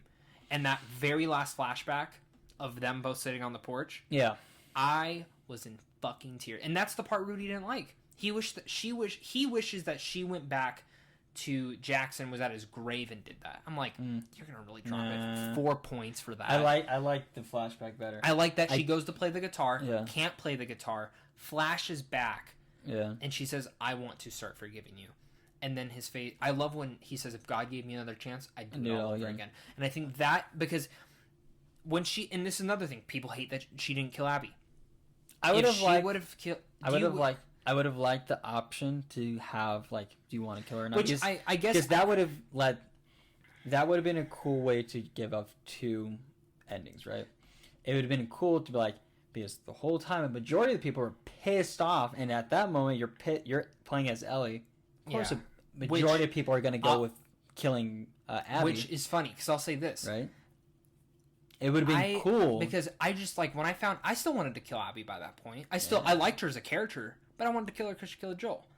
When I saw her tied up on that post, I said, I can't fucking kill her. What fucking kind of human being am I? Yeah, you know what I mean? True. I think that asks you that. And I think people who just wanted to kill her, I don't think you got the purpose of the game. And I think I don't want to say, like, you're single-minded, but I think you're not open-minded to the game then. I think that's a cool idea, because for me, I just look at it. If Ellie would have killed Abby, Lev would have somehow healed and would have wanted to kill Ellie. Yeah, it'd be and would have been that cycle of violence again. And I even look at it. If Abby ended up killing Ellie, someone would eventually come and want to kill Abby again. Yeah. And, there's certain things, and a lot of people were like, well, Ellie lost everything. She lost a love for life. Dina. So did Abby. That's the thing. Abby actually did it, and she still lost everything. Ellie didn't even do it, and she lost everything. That just goes to show you, vengeance doesn't get you everything. And I love that. I fucking love that. I think the game is poetic. I think it's beautiful. And I'm not ready to say it's better than the first one, story-wise. I think they're literally... Like, if the first one was a stepping stone, this is the giant block stepped on top of it.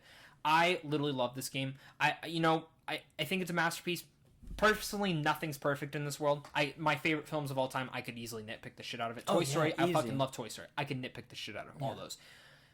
Last of Us 2, I can nitpick. Yes, it gets really fucking slow with Abby, but then it picks the shit up. Like, that whole forest sequence with her, Yara, and Lev, one of the most intense sequences I've ever felt in a game. Easily one of the best sequences ever in a video game. Top 10 fighting sequences ever. I love that sequence.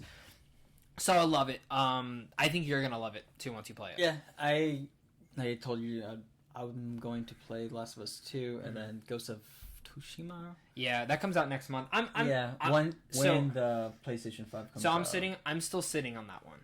I don't know. Really? So I'm really excited for it. I haven't watched anything really for it. I'm waiting on the reviews for that one because it looks gorgeous. It looks great, but I just got done playing Sekiro. So I'm kind of over the whole samurai thing at this point, which I loved Sekiro. I didn't beat it all the way because those games get too hard and then you just get frustrated. But I love. You heard what me and George are doing, right? Yeah. Yeah. I love that game. Beat the shit out of it. Yeah, but so let's move on from The Last of Us. I'm glad we had this conversation. I'm really excited to hear your thoughts on it. No, like you talking about it and just how, like you said, like the whole dynamic is like really what the story about, and like why you play both sides. And honestly, it's good that like I was pissed off. I'm like, why are you gonna play as Abby? And then now, like, just think about it, sitting here talking about it, it's like it's good that they did because it makes you play both sides of like you get to play as Abby and you get to go through like her whole character dynamic and really get to understand like her side of the story. And it's like, think about it this way. What if Abby and her dad were the main characters in the first one and her dad dies at the end? You would want Joel and Ellie to be dead. Or at least Joel. No, it'd be the same story. Yeah, it would be the exact same story. And I like the parallels. I love the parallels. I love the PTSD elements to it. I literally think it's perfect. And you know what? I think if there weren't leaks for this game, there would not be as much hate out there in the world. There would still be some, but not as much. Oh, it definitely would. Because so many people marinated and were so pissed for so many months. And I'll say this. You remember when PlayStation took it off the release schedule at all? And then the leaks happened, and then they gave a release date? This was going to be a PS5 title. They were going to bump it to a PS5. I would bet money they were going to do that. And then they've talked about like having another online mode that's just going to be separate. So I was like, they're probably just going to do this. But let's talk about our most anticipated game of the year. So there are a lot of good games. Yeah, there are a lot of good games coming out this. How long are we at? Probably like 2 hours, maybe. I don't think we're at 2 hours. Actually, like an hour 30, I think. I'll check my camera in a second. So the most, Last of Us was my most anticipated game of the year, but now we got Cyberpunk coming out in November. I'm going to tell you honestly, I think it gets pushed back again. If everything with COVID still happens, I just don't see this game making release schedule because I love The Witcher 3. The biggest issue of that game, it came with so many bugs. I think Cyberpunk, they are trying to make legit flawless as possible.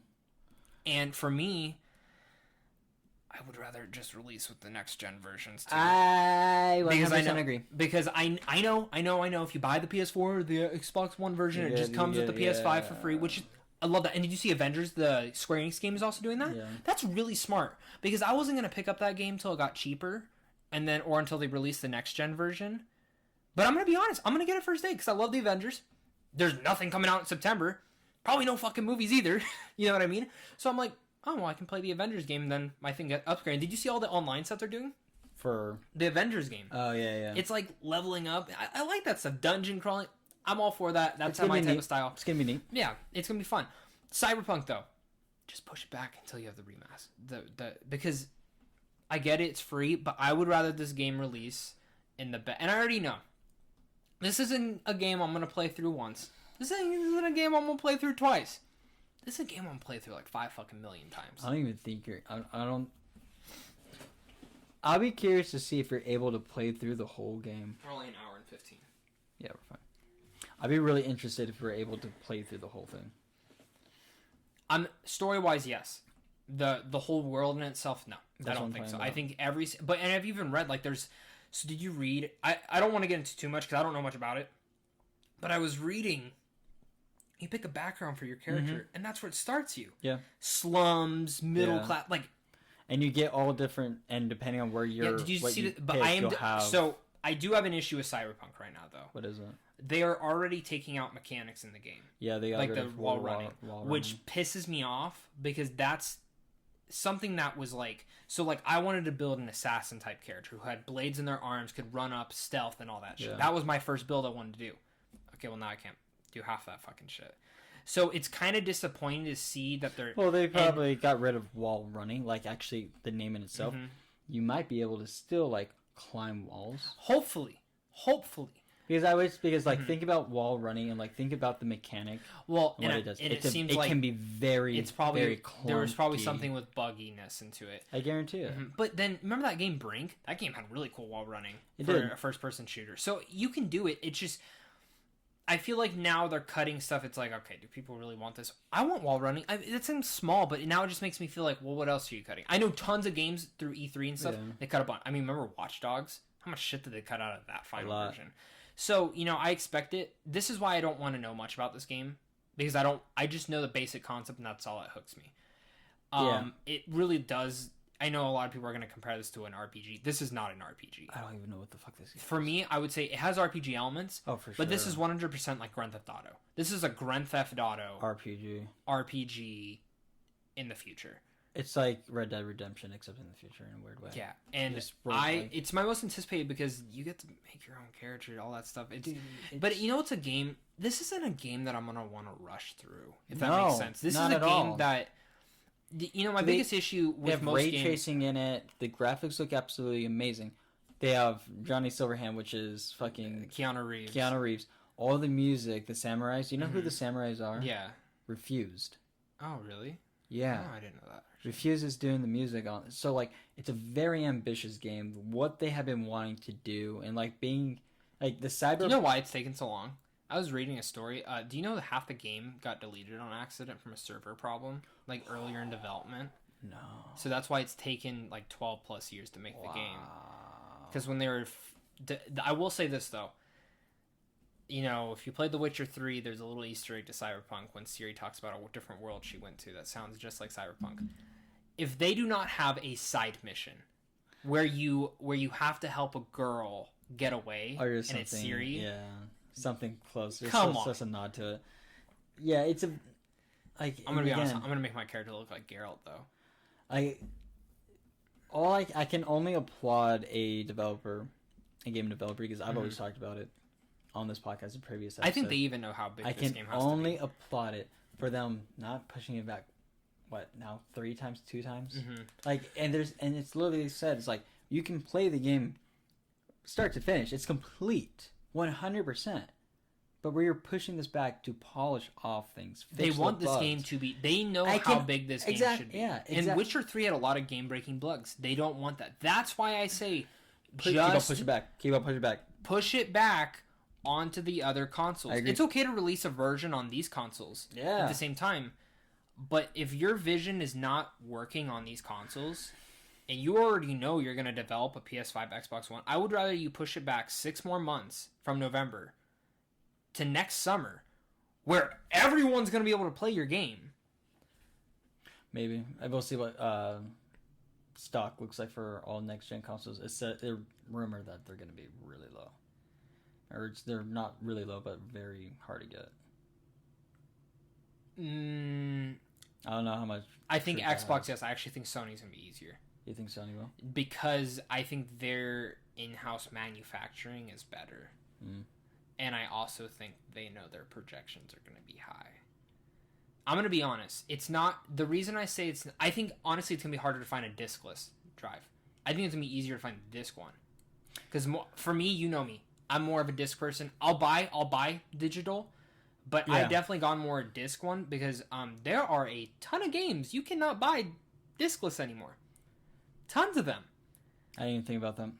And that's why I started buying disc stuff. Movies? Do you have any fucking movies you can't buy anymore on digital? Mm-hmm. It's insane. That's why, like, now, there are tons of games I wish I never... like, this is what happens. Like Borderlands 3 I have digital. But when it's like $10 disc, I'm gonna go buy the disc. Why not? Because what if for some reason something happens with like one of the music composers and there's an issue? They'd have to take it off. Alan Wake for a while was off the marketplace because of a music licensing issue. Really? Yes. So that's why I get Scott Pilgrim the arcade game. Can't even buy it. Can't buy it anywhere. Can't even emulate it. If you bought the game before and it's on your hard drive, you can't download it. Really? Yep. I tried logging into my PS3 to download it because I wanted to play it. Can't download it. I bought it for $15 when it came out. Bought all the add-ons. Can't buy it. Wow. Can't download it. So it's crazy in that right, but Cyberpunk is easily like the most and we didn't even get our true E3 this year. No. But we have other games that are still coming out. So let's talk about the PS5 and Xbox One. Okay. I don't really want to talk about the consoles. For us, you know, for me, guys, they're so fucking close together. There's no console. Like, at this point, yes, the Xbox can push the graphics to be a little bit better. Yeah. And yes, the PS5 can push the loading just a little bit better, too. Well, like, that was my thing. Like, when they first, like, Xbox came out, and they're like, all right, these are our specs. They're like, holy shit, like, this is insane. And then Sony announced them, and they're like, oh, man, like, Xbox is beating the shit out of their performance. And then I saw them on paper side by side. I'm like, is it even a comparison? Yeah, I mean, people just need to understand this. And I saw one person being like, the graphics don't look that much different. Yes, the graphics don't look that much different from the current generation. But also understand, those games don't run the best. They run good. Well, it's just like... But this console generation is supposed to push... They're supposed to at least be right next to the PC at this point. Yeah. That's what they want them to be. And you know what? 2 years from now, they'll be obsolete from the PC. But that's okay. They're trying to get, what? Isn't this year where things pretty much go to 60 frames? They'll be native 60 frames, but it's rumored they're going to even push it to 80 or 120. Which I think certain games will. It's going to give some people motion I'm more sickness. just excited for the lotion, the loading screens and all that stuff. The loading screens will be... Yeah. Have you seen, like, the loading screen for the PlayStation? For, like, the demo? Yeah, it's like Red Dead Redemption? Yeah, or like Spider-Man. Huh? I just replayed Spider-Man to do all the DLC, and the loading screens are terrible. So when they put in a PS5... Yeah, quick. And did you see... Seconds. They're I don't know if this is... Because we haven't seen the actual thing. So I was reading a developer's thing where he said that you could put Resident Evil 8 in, which fucking looks great. That game looks fucking great. I had issues with the original... Village. I had issues with 7, but I still really enjoyed it. 8 looks phenomenal. 8 is literally one of my most anticipated games for the next generation. Same with Horizon. But the game that everyone should be looking at is Ratchet & Clank. I'm really excited for Demon's Souls. I am too. Ratchet & Clank's the game everyone should be looking at. Ratchet & Clank, I saw. And the reason I say that was a tech demo. I mean, it's a gameplay. But it's a gameplay, but if you look at it, it's technically a tech demo showing there's no loading screens. You know, when you have these games going to different dimensions, it's a small corridor, Dude, he's going into full worlds. Yeah, that's gameplay. So that's what opened my eyes to it, was like, there's no loading screens. Well, for me, what I caught my eye with the Ratchet & Clank is that it looks like great. Doesn't it make you want another Jack and Daxter so bad? Yes, 100%. But yes, always. I would love to see those. Dude, I want them to remaster 2. They would remaster 1 and 3. 1, 2, and 3. Dude, 2's world. God, could you imagine? 2's world is awesome. 3 is the best one. When you get Light Jack, dude, and you get to switch between them, that was so. You know which Ratchet game I want remastered though? What? Deadlock, yeah. So, back to like why I'm so excited for Ratchet & Clank. What I saw was just it literally looked like the old ones, like the amazing movement, how the world looks. Because the last one was fun. I liked the last one, but like But it seems like the past Ratchet & Clanks, like they're like you can ride them always off. Yeah. And like I said, this one looks special, except the name ripped apart. It sounds like fart. Whatever. It's whatever. The way and like what I mean is that when you look at it, it looks like old Ratchet & Clank games, just super polished and up to date. I agree. Which I'm like, I'm not going to complain about that because that's the reason why I love the originals and I wrote off all the others. I like that look and the movement. It just fits perfect. I agree with you, and it just makes me excited. So I'm excited for that new Crash Bandicoot as well. Yeah, I heard about that. Looks fun. I like it. Crash Bandicoot, man. Mm-hmm. I want to get your opinion on this game though. So you said you're interested in Resident Evil 8, right? Yeah. We kind of talked with Demon's Souls. There's a lot of unknown projects that look everything Sony showed looked fucking awesome. And Xbox was like, "There's one." They bought all these studios and There's we haven't one. seen anything. Which, dude, you and me have been talking about Halo 5 fucking sucked ass. This next Halo... This Halo will make it or break the franchise, I feel like. I'm not even joking. This next Halo... Because what's your favorite Halo game? Mine's still 2. 2 or 3. I have a few. Okay. Reach. Yeah, Reach is fucking great. ODST. ODST is underrated. And 3. So, this game has to be as good as any of the first... Anything Bungie made. Yeah, but I was about to say anything... What you mean by anything Bungie made. Because 4's good. We liked 4. 4 was cool. Then you changed it too much. And you've made 5, which was a piece of shit. Online was decent, but the story was absolutely terrible. The story didn't... For 5. I didn't care about the story. Cortana should be dead. Cortana should be fucking dead. I don't give a shit about the story. I didn't really care about the whole new movement and all this crazy shit. I like old Halo. I liked Halo when the most you could do with your like running is you could run. That's it. I don't need all this jumping. Can I be honest? And you know what game shows me that you can still do that today? Came out this year. Doom. Yeah. Doom's Halo. Guys, it's Halo. Just make the next Halo like Doom. The last Doom. What, second game was fucking... But I mean, that's Unreal Tournament. But Halo was technically coming off that. It is influenced. The original Halo is influenced by Unreal Tournament. So I get people want to modernize it and stuff, but people, like for me, my biggest issue with this newest Doom, online. I did not like the online. Yeah, it's just like the story was real. Actually, I really like the story. Yeah. Story was interesting. I like how they took it. Graphics, gameplay, everything was great. I just the online didn't want hard as fuck. It really is. It's tough. It is a brutal game. I enjoy. It's like Dark Souls for shitters. Do you know what game I think is gonna be better than this next Halo? As of right now, Star Wars Rogue Squadron. Yeah, that looks neat. And I saw it get announced. I'm like, eh. Then I saw that it's all first person in the cockpit. I said, okay, and it's only $40. That's smart. I like how... Because I would never pay for a flying game for $60.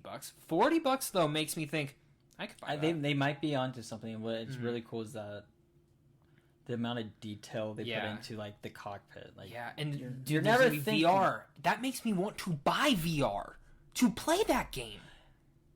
Holy shit, that'd be... It's gonna be VR capable. And there's rumors that you can get one of those, the actual like pads to fly. No. Dude, I would spend $120. See, this is where I become like, full on quarantine. Like, I don't see the sun. Yeah. That sounds amazing. Full on nerd and out. For me, and you know what? I'll say this: we've given EA shit in the past for Star Wars. I think, dude, I play a lot of Battlefront 2 now. They made that game good. That game's really fun. It's the best Battlefront game yet. They definitely shouldn't have cut the support because there's so many people playing it now. But I understand why. I hope they'll make a third one. I hope they learn from their mistakes. And I think Fallen Order showed that. Fallen Order or Jedi Order, whatever. Fallen Order. Great game. Great game. Jedi really fun. A little repetitive, but really, really, really good. Yeah, and this also is like, when it comes to Star Wars, I feel like, because I'm a huge Star fan of Star Wars. Everything that... So, like, Disney gets licensed, buys Lucas, right? In my opinion, everything they have done up until this point was like, we're gonna throw whatever. Did you like Rise of Skywalker? We're gonna throw whatever we can to see what sticks at the wall. I didn't care for any of the video games. I didn't care for really any of the movies other than Solo.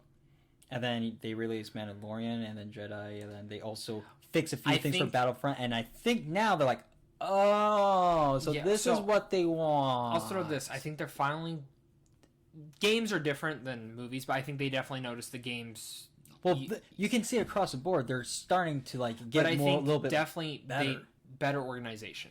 Because Mandalorian is planned. It's created by Jon Favreau and Dave Filoni. Dave Filoni created Clone Wars. This guy loves Star Wars. He knows what the fuck and then look at the last season of Clone Wars. And then the next Star Wars movie is going to be directed by Taika Waititi, who just directed The Mandalorian. Great director. Exactly. So from the writer of 1917, great war film. So this is my thing. I enjoyed Rise of Skywalker.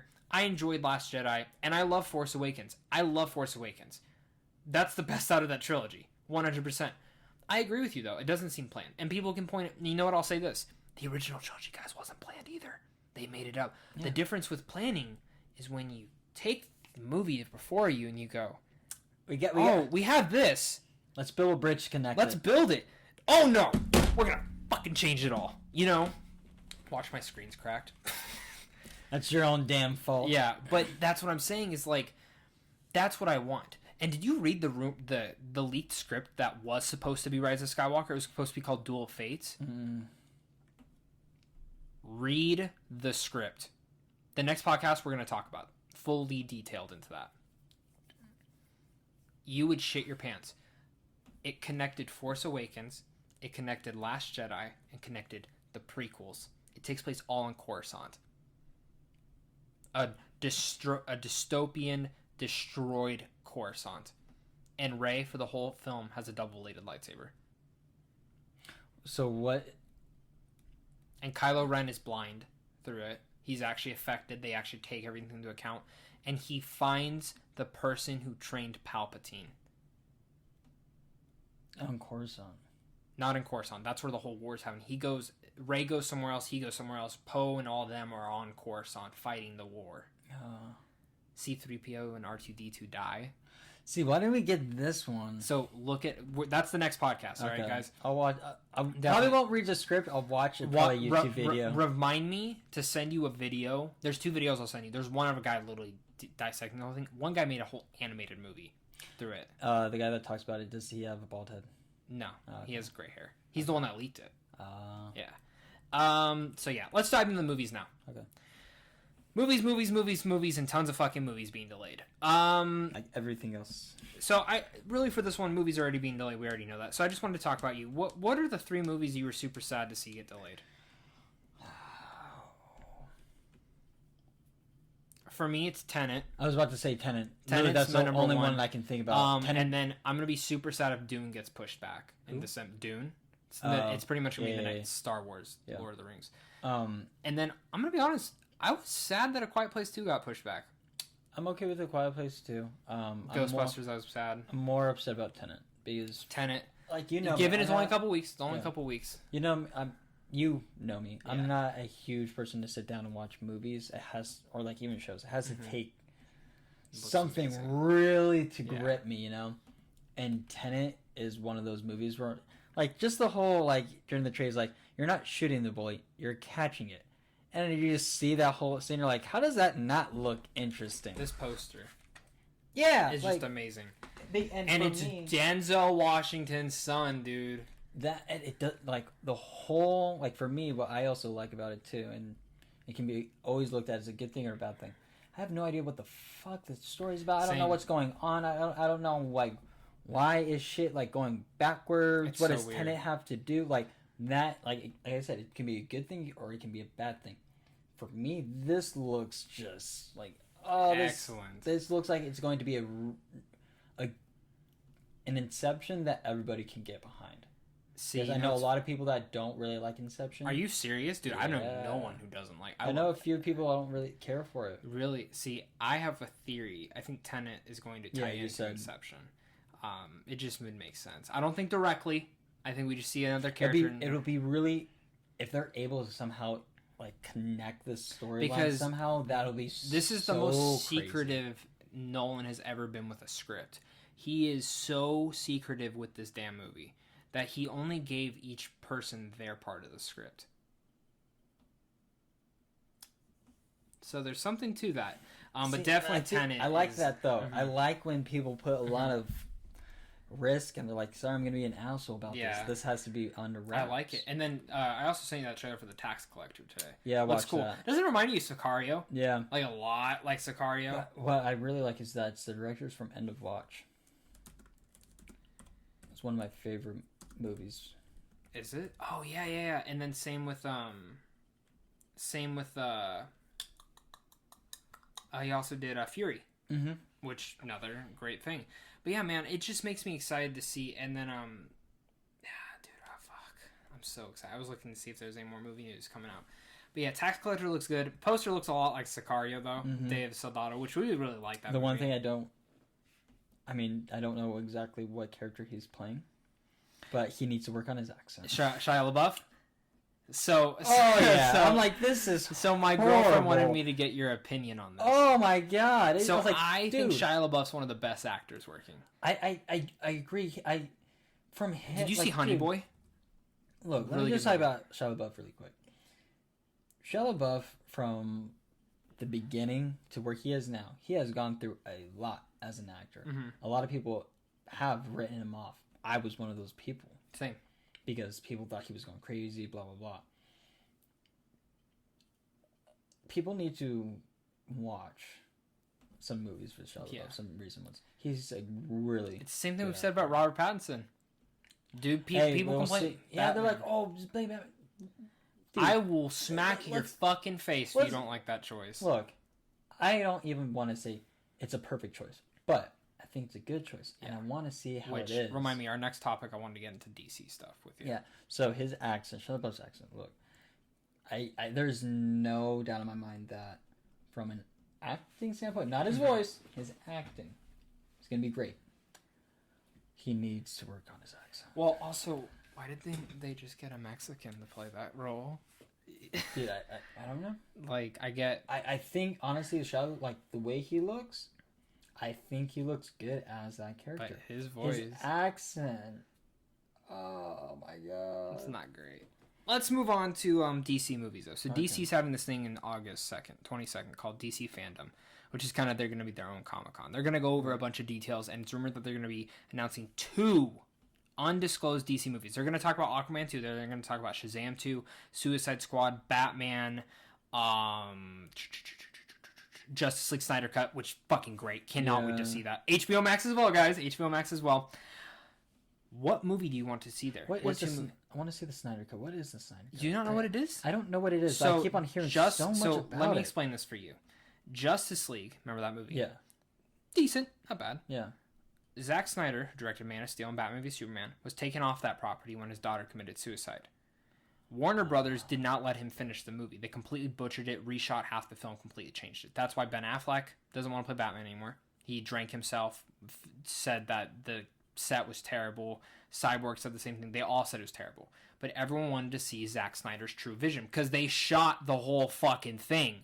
They just went back and changed everything instead of just continuing his vision. The Zack Snyder cut is that vision.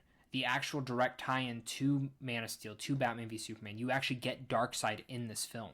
Darkseid is going to be in this movie. They've shown... There's a teaser of him showing him. So it's a real thing. So it's not... What's-his-face as the villain? Steppenwolf is going to be in it, but Darkseid is in the film.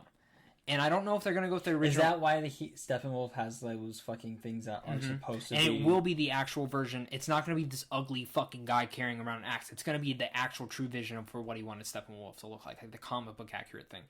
I don't know how much he's going to change, though, because he's talked about... You can find a video of him literally describing his whole version of it, because I don't think they ever thought this was going to happen, but now it is on HBO Max. No one knows what it's going to be. It's rumored that it's either going to be a 4-hour movie, or they're going to do a 6-part miniseries where each thing is an hour. Like 45 minutes to an hour. I want the 4-hour movie, personally. But the miniseries would make me excited, too. So the reason I want the hour is because you could probably see that in theaters. That's why. So, it's coming to HBO Max. Only HBO Max. But they're going to use all the old footage they used with some CGI in there. So they'll have Ben early next year. So Darkseid, Ben Affleck's Batman will be in it, but it'll be his true vision. Do you want to know the ending? I don't think they're going to do the ending. That's why. Okay, yeah. So the original ending was going to be a cliffhanger leaving open for Justice League 2. Because remember in Batman v Superman when the Flash shows up and he goes, Lois is the key. Yeah. That was supposed to be tied into it because there's supposed to be a lot of time travel, like Endgame. So the original ending only had Flash and Batman surviving. Superman turned evil because Darkseid kills Lois Lane. Wonder Woman died. Aquaman died. Cyborg ripped in half. Damn. Yeah.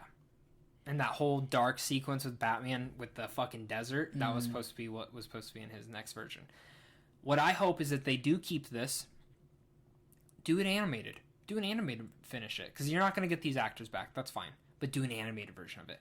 The other thing, talking about DC, you know Batman Beyond? Mm-hmm. So the Flash movie, it got leaked out that Michael Keaton's going to be in it as Batman. He's going to be reprising the role. Multiverse type stuff like that. And this is how they're going to segue Ben Affleck out and bring him in. So Robert Pattinson will be completely separate. That's okay with me. The fact that Michael Keaton is coming back as Batman, and now there are rumors that he will be reprising his role as Bruce Wayne, but their plans are to do a Batman Beyond live action film with Michael Keaton playing the Bruce Wayne and Tim Burton coming back to direct. All fucking in for this. Interesting. And how it'll be is that Michael Keaton will be kind of the Nick Fury for this world now. Tying, not saying let's put a team together, but in stuff like that. So DC-wise, what 2 movies do you hope to be announced there? For me, it's Batman Beyond. 100%, I want Batman Beyond. But I also want Man of Steel 2 announced.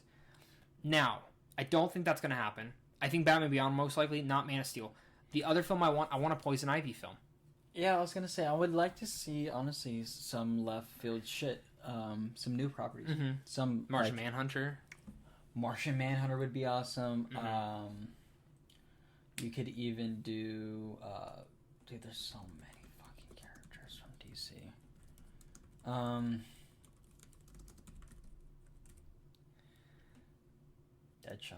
Deadshot would be cool. Deadshot awesome. Deathstroke.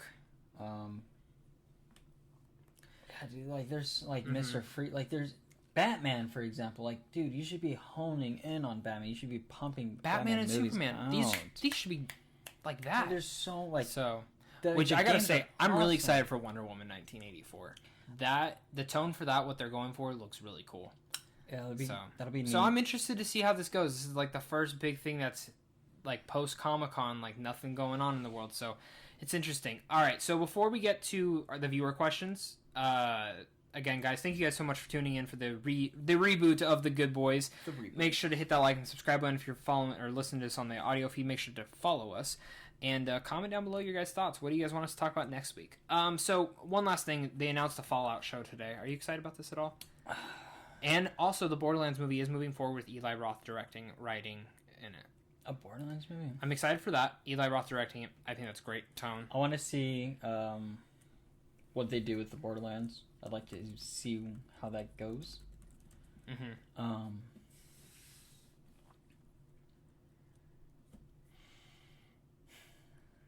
don't know how I feel about Fallout.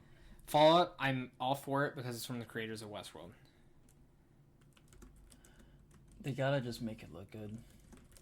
Like, honestly, like that's the only problem with taking games and putting them into an actual show or movie is that they end up not looking quite good. That's my only thing. I'm excited for any time they want to take a game and turn it into a movie. Always down for it. I just want to make sure, or I just hope that they do it right. They make it look right because... Yeah, it's going to be interesting what location they decide to take it in. Cough, cough, Resident Evil. Don't even bring that up. All right, so we got some viewer questions. You ready? Thomas Cornetto says, what movie is the best movie to watch on a road trip? Oh, that's a good question. Yeah. That's a really good question. Guys, I said it. If you ask me a question, we're going to answer it. That's a good-ass question. I don't know for this one. If we're talking, like, short road trip? Like, I guess to California. Let's say, like, 6 hours to California. What's the best movie to watch? You know what's a good one? Friday. Like a Friday marathon.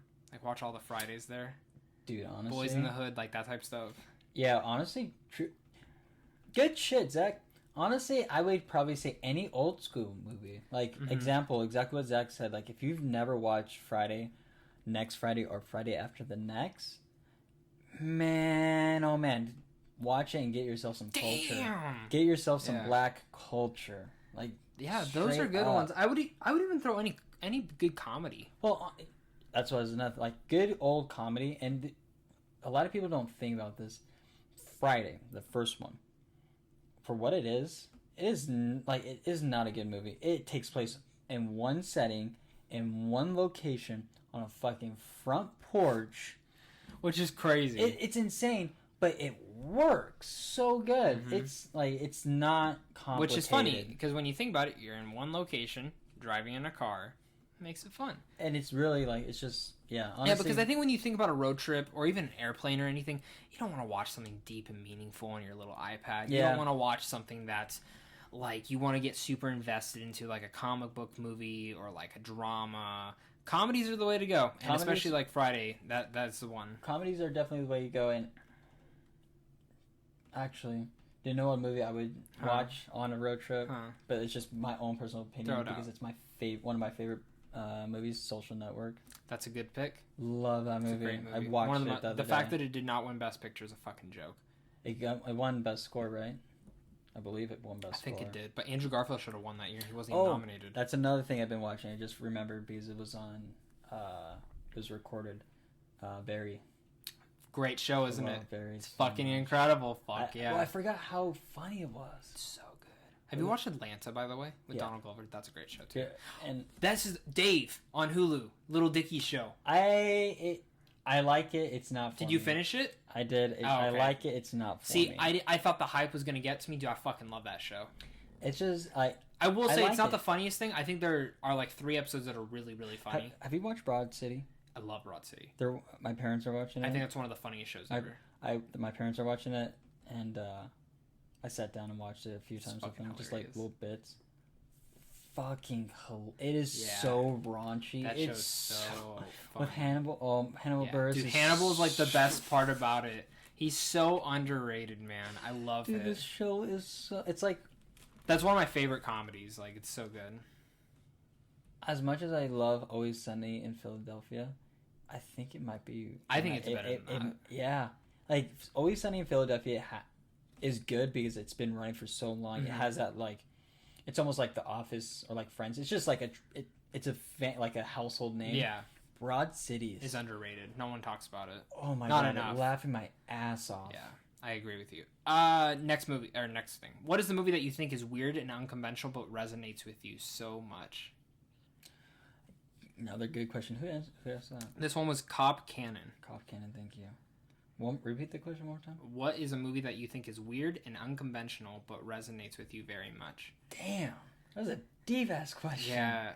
I don't know about weird and unconventional, but a film that resonates with me a lot is Arrival. Arrival really fucked me up. Honestly, Social Network. Social Network's a fucking great one too. Yeah, that's truthfully probably the reason why it's one of my favorites, because it literally shows you... There's a coming-of-age film that comes out later this year that I saw last year at South by, which is Yes, God, Yes. Or, it's not really necessarily weird, but Breakfast Club. Yeah. Dude, everybody can relate to that. It's not weird. Bueller's Day Off. Yeah. I'd probably say Social Network, because it shows just, like, the dynamic of, like, a friendship going so bad. It's just, like, the whole... I love that movie. You know, I would say, Funny People with Seth Rogen and Adam Sandler. It's I don't know. There's something about that kind of just resonates me with enough. I'm trying to look through like the recent films I've watched because there's like one that like really stuck out to me the most. Actually, no, I take that back. I do not Social Network. No Country for Old Men. Oh god, it's such a fucking great movie. It's so fucking amazing. It's literally one of my favorite films. It's very very. Yeah. What's a video game? What's a video game that resonates with you very much?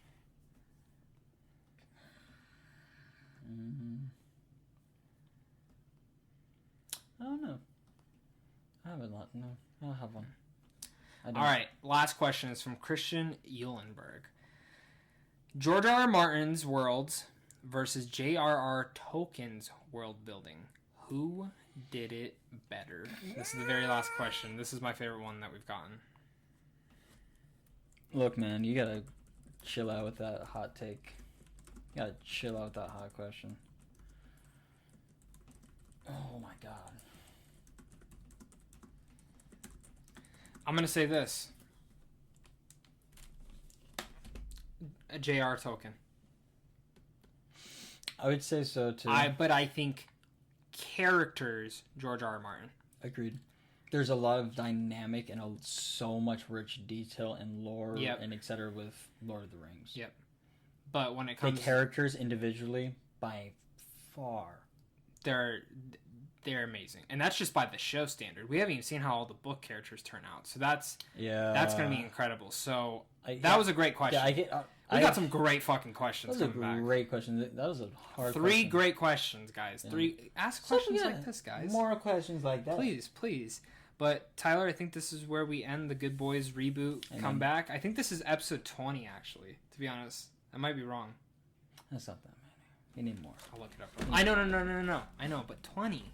Think about it. 20 reboot. Hey, you get it? You get what I mean? I'll look it up real fast. I think it's either 20 or 19.